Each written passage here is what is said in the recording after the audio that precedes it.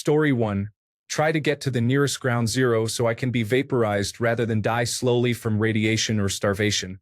Story 2. Many people in this thread do not realize how fast a nuclear missile travels. You would likely have only about 30 minutes at best to take action, and widespread panic would be a significant obstacle. Story 3. Panic, then acceptance. I would see how much time I had left and attempt to get to my family, my daughter and husband, if one of us was at work. Story 4. Run to the bathroom, assume the position, and become an environmental storytelling skeleton 200 years later. Story 5. Honestly, for me, it would be peaceful. There is nothing I can do about it. Just relax and enjoy my last few minutes. Story 6. Sit outside without clothes and wait for the bright flash. It is possible to consume all the edible products in the house. You might as well go out with a smile. Story 7. Pray a nuclear weapon lands on my head. Living as a survivor in a nuclear apocalypse is not on my bucket list. Story 8. Remember, children, in case of nuclear explosions, always lie down on the ground with your head pointing away from the direction of the blast.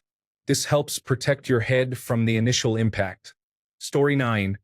Leave work, call all the boys. Have one last throwdown. Always drank until we dropped anyway. This time permanent. Story 10. I would take my dog out on the lawn and toss the ball until we are both exhausted. Not much else to do. Do you want to try to survive that? Go underground for 20 years?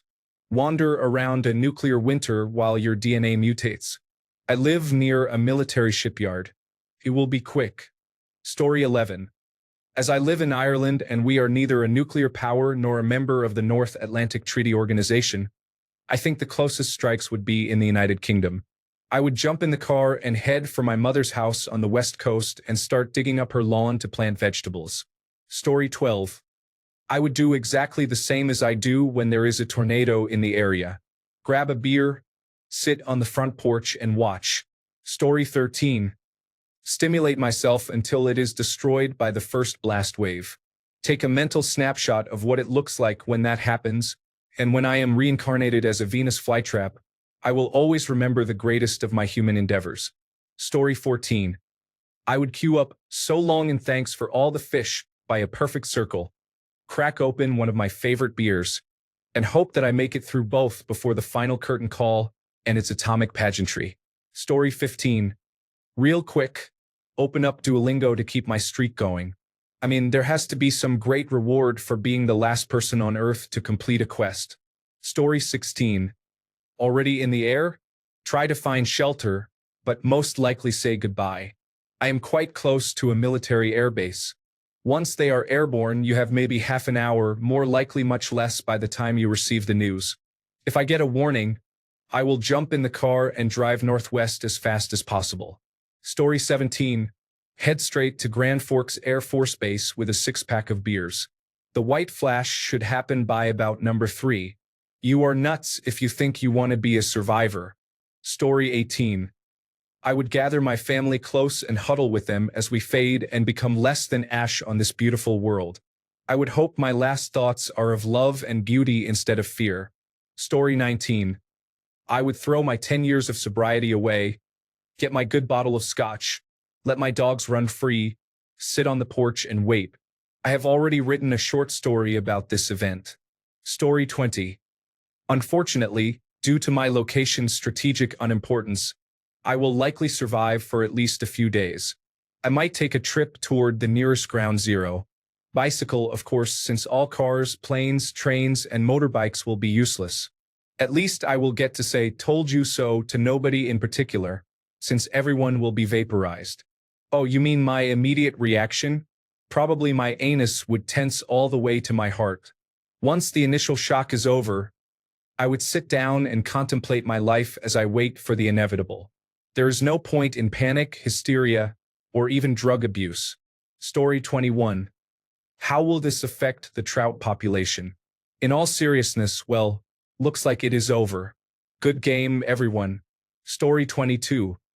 A sense of complete relief that I will not have any more deliverables at work. No more job tracking tickets, no more anxiety over layoffs. Story 23. Finally, the Earth will be freed of mankind's harm. Hopefully, another species will evolve and become the dominant force.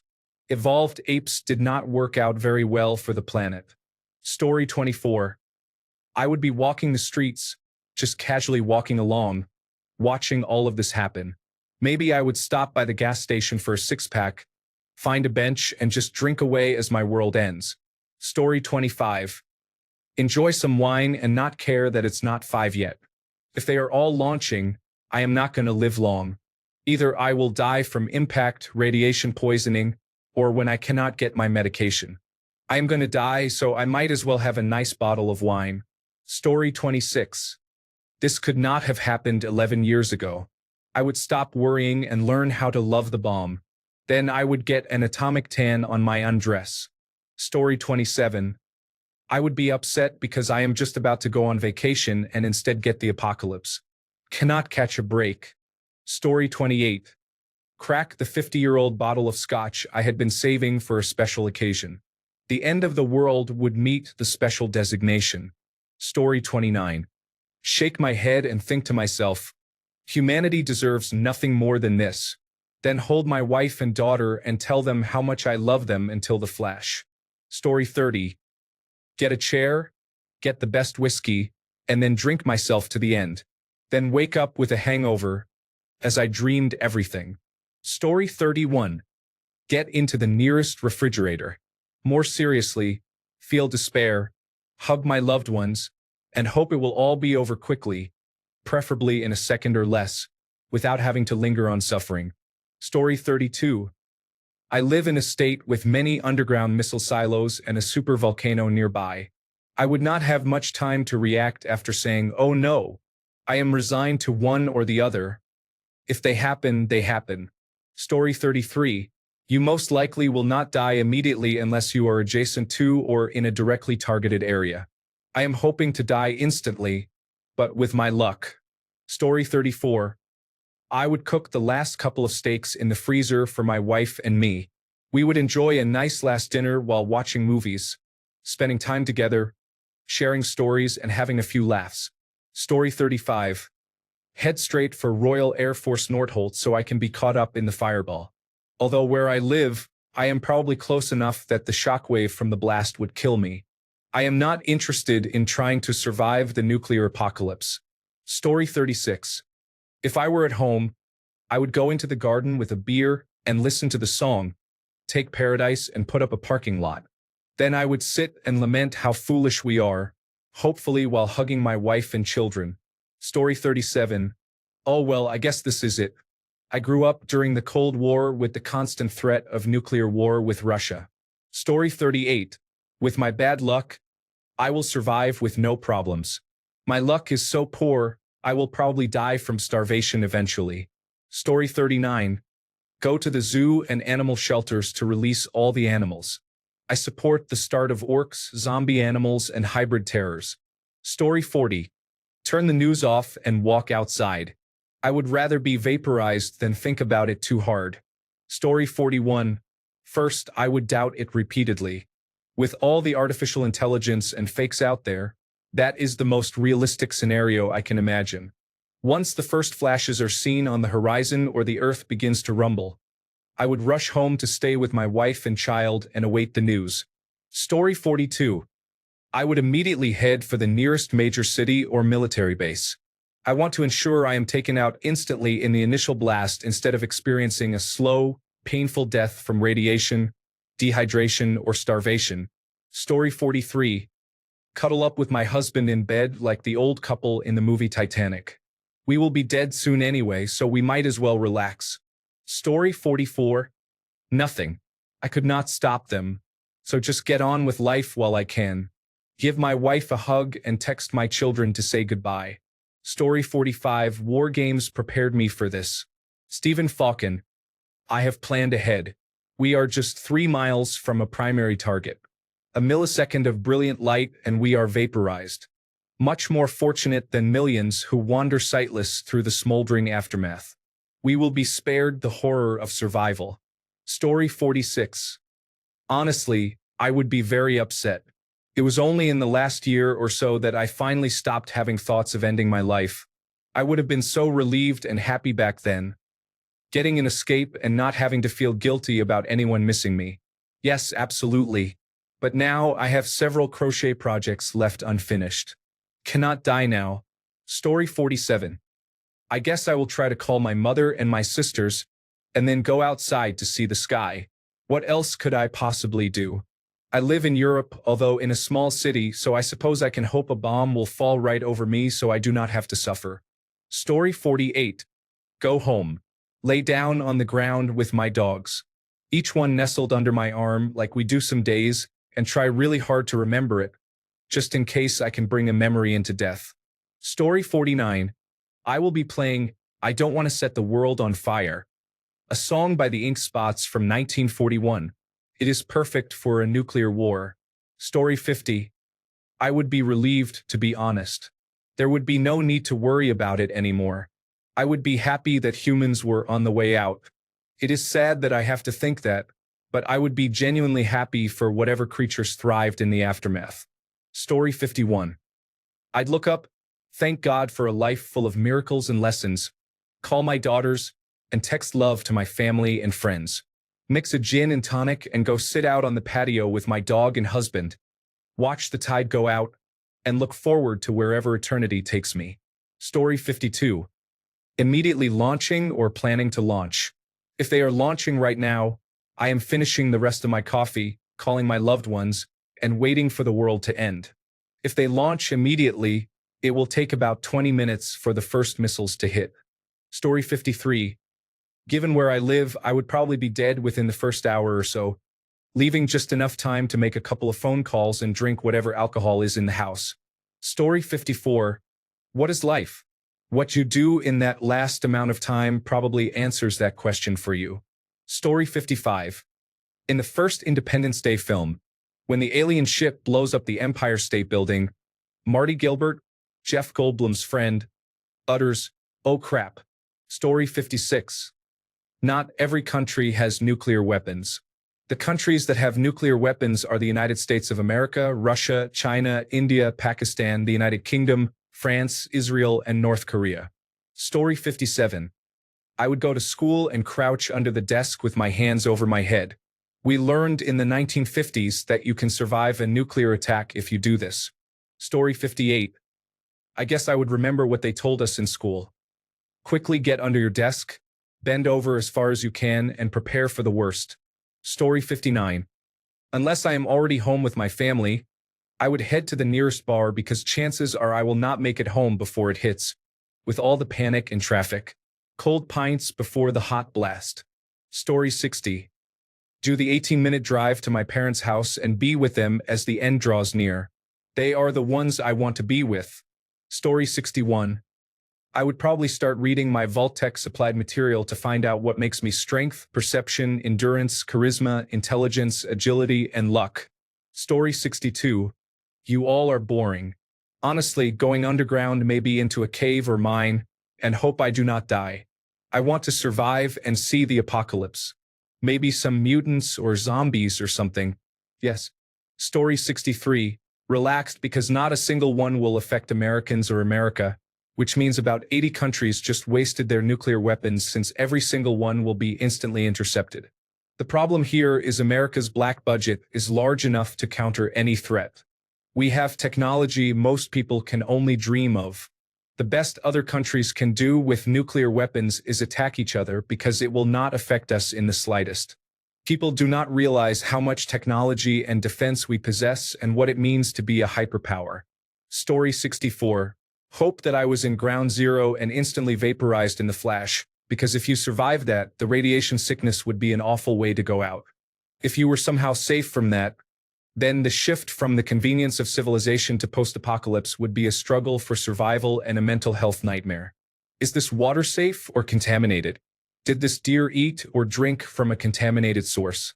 Are these other survivors safe or just waiting for an opportunity to attack me? No gas pumps, no refrigeration, just canned food, books on primitive technology, and survival for the next 2 to 3 years while you try to rebuild and learn how to survive again. Groups of fanatical religious cults would attempt to reshape the world in their skewed perceptions of life because the Mormons, Jehovah's Witnesses, and Scientology followers have been preparing for the end times and have built bunkers already. They will be stronger, healthier, and far more ahead than those who were caught off guard. Story 65. Buy food and beer from local stores to stock the house. Buy a full mask from the hardware store with particle filters. Stay at home for a while until things normalize. Prepare for looters. About 540 megatons of nuclear weapons have been detonated in the atmosphere with no global effect. Even all the nuclear weapons in the world cannot cause a real end of the world but mostly cause local problems at detonation sites, along with some fallout. Nuclear effects scale to the third power, like sphere volume, so bigger nuclear weapons are not much more effective unless you are close to the detonation. Stay inside and use the particle filter to breathe to avoid inhaling short-lived radioactive dust, especially in the countryside away from cities. The idea that nuclear weapons cause an end of the world is a myth. Mostly the effect would be from electromagnetic pulses destroying computers and other infrastructure, which would take time to rebuild, initially relying on paper-based systems instead of automated teller machines. Society will take time to recover from the end of the digital age and regain the capability to build computers. The biggest threat to life will be looters. Society is always about 3 days of food away from anarchy. Story 66. There is nothing you can do to survive, so I guess just sit and wait for it. Play with my dogs, let the chickens out of their pen, and open the yard gates. Story 67. Drive to that woman's house I always wanted to visit and try to talk her into it before we die. But she will probably say she is too upset about dying. Then drive home. Story 68. There are about 20,000 nuclear weapons, with an average yield of 30 kilotons or 6,000 megatons, which is more than enough to turn most of the Earth into a cinder. 100 per country is proposed as a safe number, with a total global maximum of 900. Obviously, nobody is going to agree to that. Story 69. I would commit suicide because humanity will then die a very slow and agonizing death from radiation and cancer. Story 70. Well, I have quite a few bottles of whiskey. I might as well not let them go to waste and just enjoy them before I die. Story 71.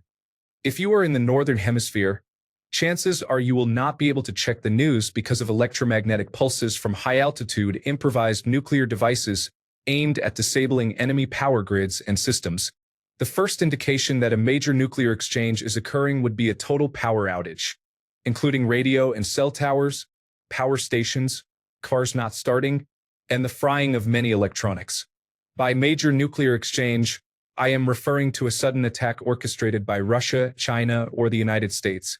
If it were localized, such as Israel attacking Iran or Pakistan attacking India, then you probably would not have the pre-attack high-altitude improvised nuclear device. Also, a sudden attack from a lone missile from North Korea or a terrorist organization likely would not have that given their capabilities. Story 72. You would not have time to do much unless you were in a rural area. Hugging the person next to you is about all you could do. Story 73. Technically, you can still survive. It depends on where those nuclear bombs are directed. You could go hide in your basement. It is possible the initial blast might not kill you. You could live in the underground mall, subway, or sewer systems. If you were on a private jet at the moment, you can fly to safety. There are some deserted remote places you can hide. For example, why would they drop a bomb in the Sahara Desert when there is nobody there?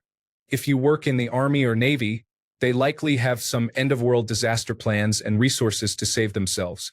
If you own your own yacht or boat, you can set sail immediately. There might be some tidal waves, but at least you have a chance to survive on the rocky seas. You can invest in some radioactive masks and protective clothing. You can ask some firefighters what they would do. There are some geographical terrains that can withstand the blasts like mountain terrains. You can also go scuba diving. Story 74. I'm in a small town and I doubt there would be any targeting of my area, so I would go home, pick up my wife, grab supplies, and head for my parents' cabin an hour away from civilization. Story 75. I would cheer with great enthusiasm.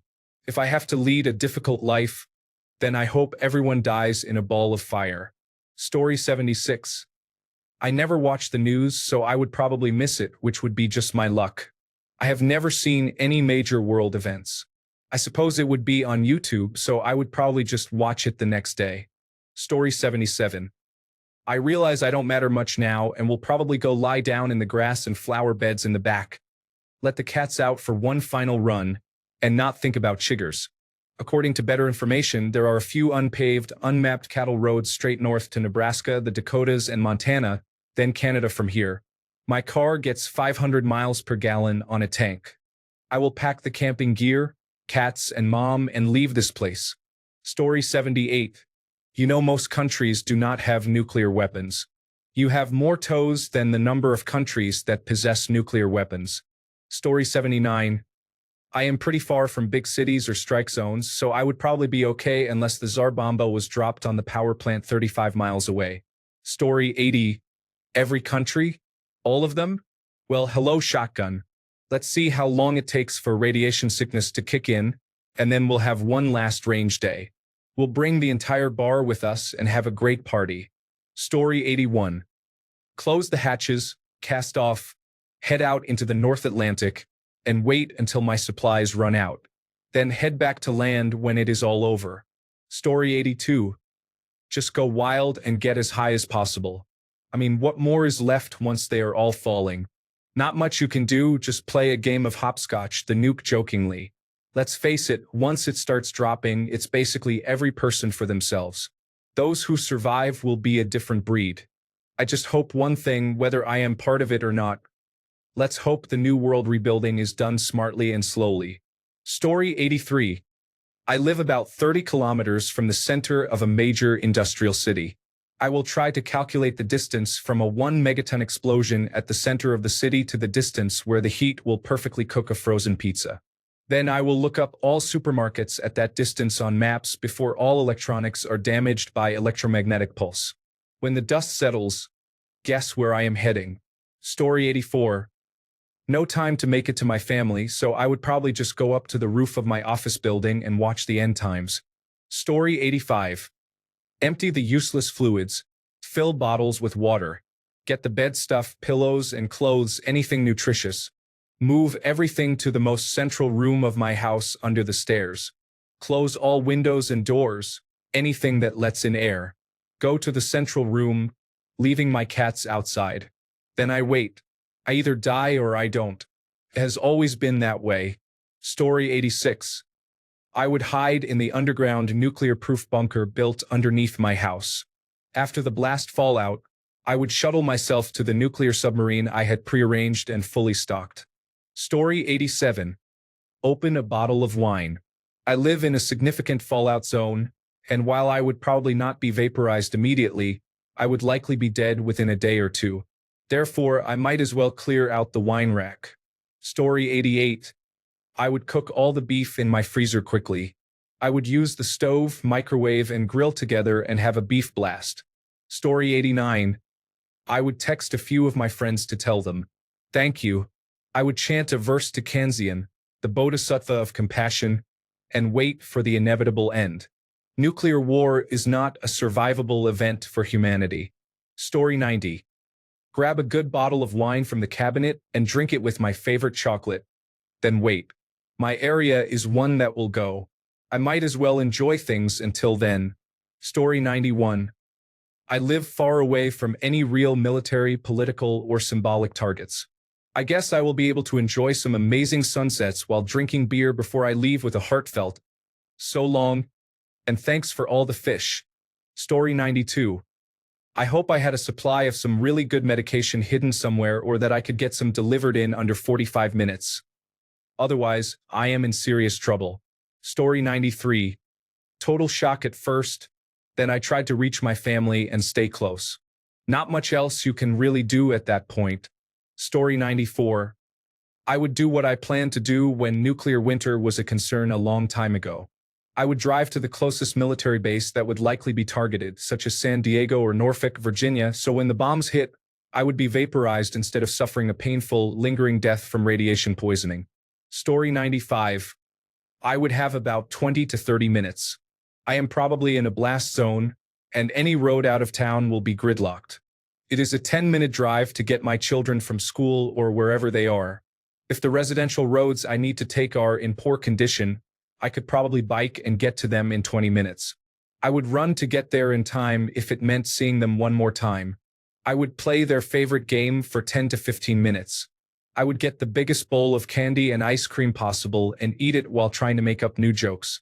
If I were further out, say 100 miles from anything major, I might try to load on additional supplies and expand our prepping supplies to see if it is not as bad as advertised and if it might be something we could survive. I would always keep that bowl of candy ready in case we need a smile on our faces before we go out. Story 96. Send a goodbye message to my partner just in case. Then cue up that Fallout playlist and get a drink. Story 97. Go sit on the bench in front of my house. Faces a nice little park. Just watch the pigeons. Story 98. Roll a spliff and run up the hill I live on so I can watch it all end. There is nothing near me that would be targeted, I imagine. It would be pretty boring, leading to eventual death by starvation and radiation poisoning. Story 99. My city is likely to get bombed severely, so I would grab a drink, sit outside, and watch the world end. Story 100. We'll meet again. Don't know where, don't know when, but I know we'll meet again some sunny day. Thanks a bunch for sticking around till the end of the video. Remember to subscribe, and until next time, stay awesome and goodbye.